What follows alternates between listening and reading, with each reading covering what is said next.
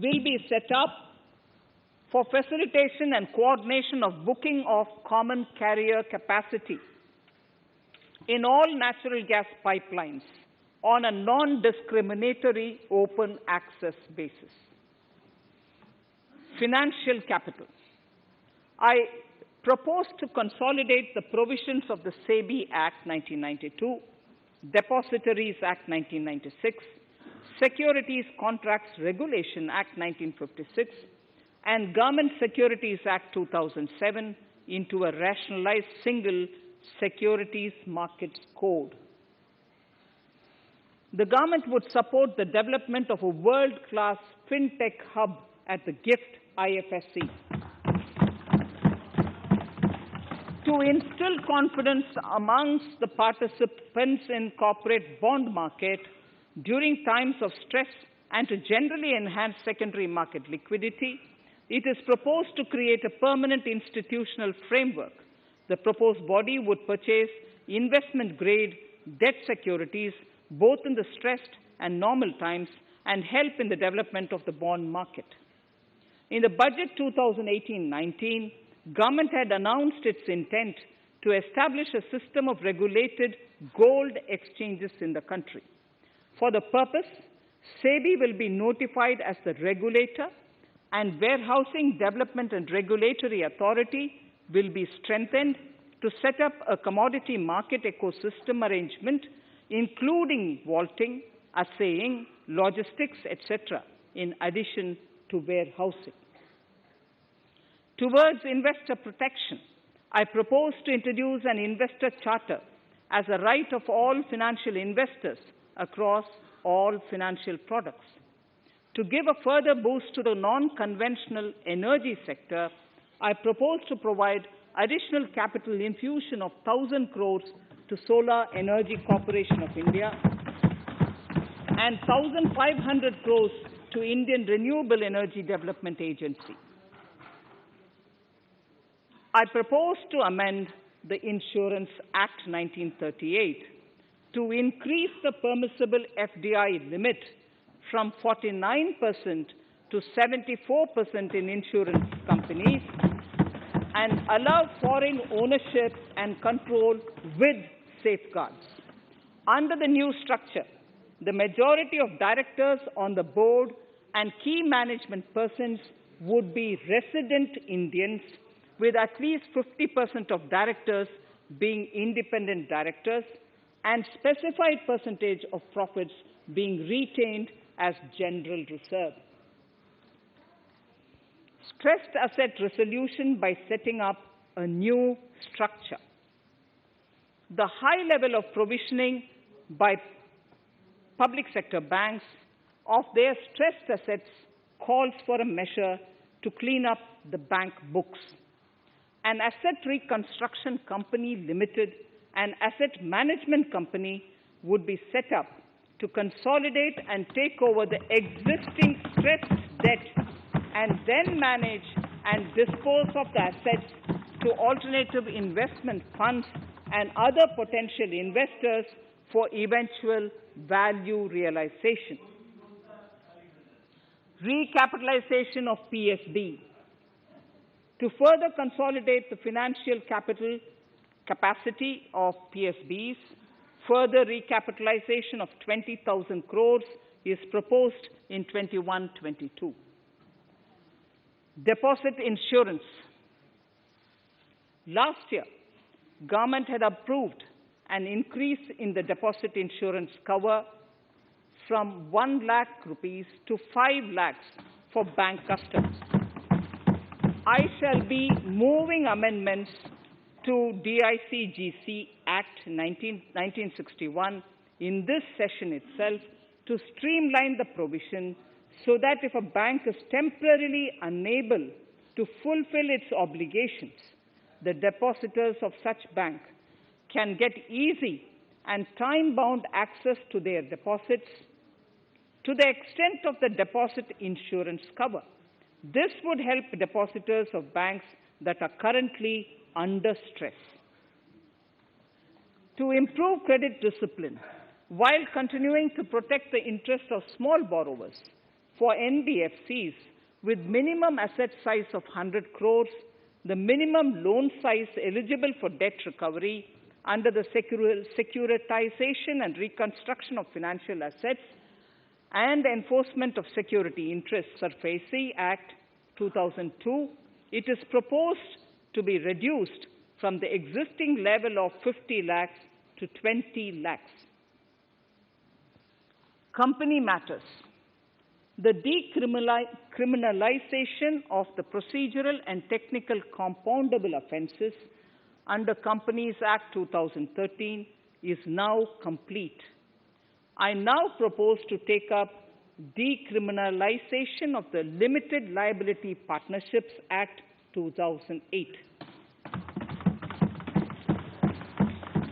Honourable Speaker, I propose to revise the definition under the Companies Act 2013 for small companies by increasing the threshold for paid-up capital from not exceeding 50 lakh to not exceeding 2 crores and turnover from not exceeding 2 crores to not exceeding 20 crores. This will benefit more than 2 lakh companies in easing their compliance requirements. As a further measure which directly benefits startups and innovators, I propose to incentivize the incorporation of one-person companies by allowing one-person companies to grow without any restriction on paid-up capital and turnover, allowing their conversion into any other type of company at any time, reducing the residency limit for an Indian citizen to set up an one-person company from 182 days to 120 days, and allow also non-resident Indians to incorporate OPCs in India. This will be a big boost for startups. To ensure faster resolution of cases, the NCLT framework will be strengthened, e-court system shall be implemented, and alternate methods of debt resolution and special framework for MSMEs shall be introduced. During the coming fiscal, we will be launching data analytics, artificial intelligence, machine learning-driven MCA 2.1 version to MCA 21 version 3.0. MCA 21 version 3.0. This version 3.0 will have additional modules for e-scrutiny, e-adjudication, e-consultation, and compliance management. Disinvestment and strategic sale. In spite of COVID-19, we have kept working towards strategic disinvestment. A number of transactions, namely BPCL, Air India, Shipping Corporation of India, Container Corporation of India, IDBI Bank, Bharat Earth Movers Limited, Pavan Hans, Neelachal Ispat Nigam Limited, among others, would be completed in 21-22. Other than IDBI Bank, we propose to take up the 2 public sector banks and 1 general insurance company in the year 21-22. This would require legislative amendments, and I propose to introduce the amendments in this session itself. In 21-22, we would also bring the IPO of LIC, for which I am bringing the requisite amendments in this session itself. In the Atmanirbhar package, I had announced that we will come out with a policy of strategic disinvestment of public sector enterprises. I'm happy to inform the House that the government has the government has approved the said policy. The policy provides a clear roadmap for disinvestment in all non-strategic and strategic sectors. We have kept 4 areas that are strategic, where bare minimum CPSEs will be maintained and rest privatized. In the remaining sectors of all CPSEs will be privatized. The main highlights of the policy are mentioned in Annexure 3. To fast forward the disinvestment policy, I'm asking NITI to work out on the next list of centre public sector companies that would be taken up for strategic disinvestment. To similarly incentivize states to take to disinvestment of their public sector companies, we will work out an incentive package of central funds to states. Idle assets will not contribute to Atmanirbhar Bharat. The non-core assets largely consist of surplus land with government ministries and departments and public sector enterprises. Monetizing of land can either be by way of direct sale or concession or by similar means. This requires special abilities, and for this purpose, I propose to use a special purpose vehicle in the form of a company that would carry out this activity. In order to ensure timely completion of closure of sick or loss-making CPSEs, we will introduce a revised mechanism that will ensure timely closure of such units. I have estimated 1,75,000 crores as receipts from disinvestment in BE 21-22.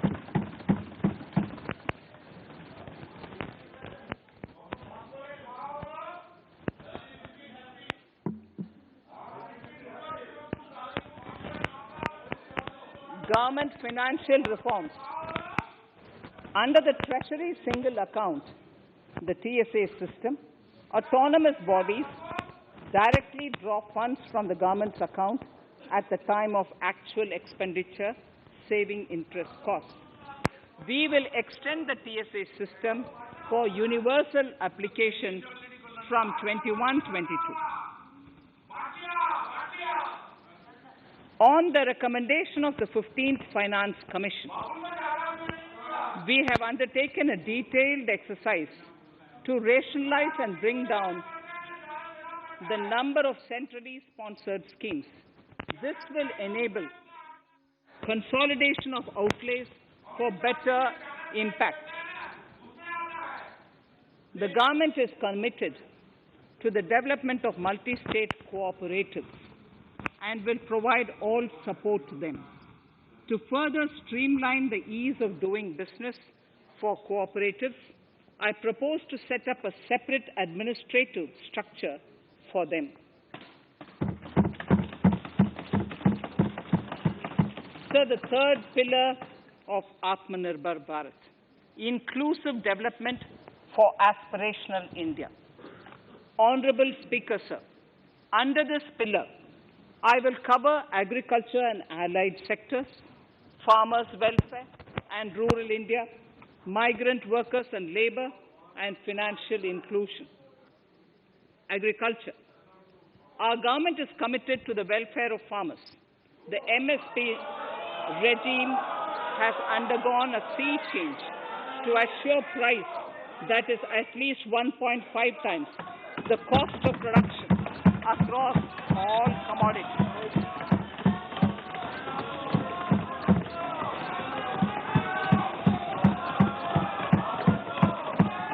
The procurement has also continued to increase at a steady pace. This has resulted in increase in payment to farmers substantially. In case of wheat, a total amount paid to farmers in 2013-14. Honorable Speaker, sir, the data that I give now is important for all honorable members to kindly hear. In case of wheat, the total amount paid to farmers in 2013-14 was 33,874 crores. In 2019-20, it was 62,802 crores.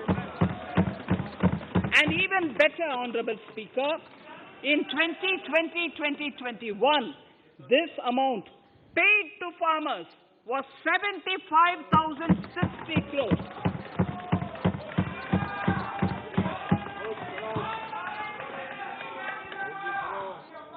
Honorable Speaker, again an important fact.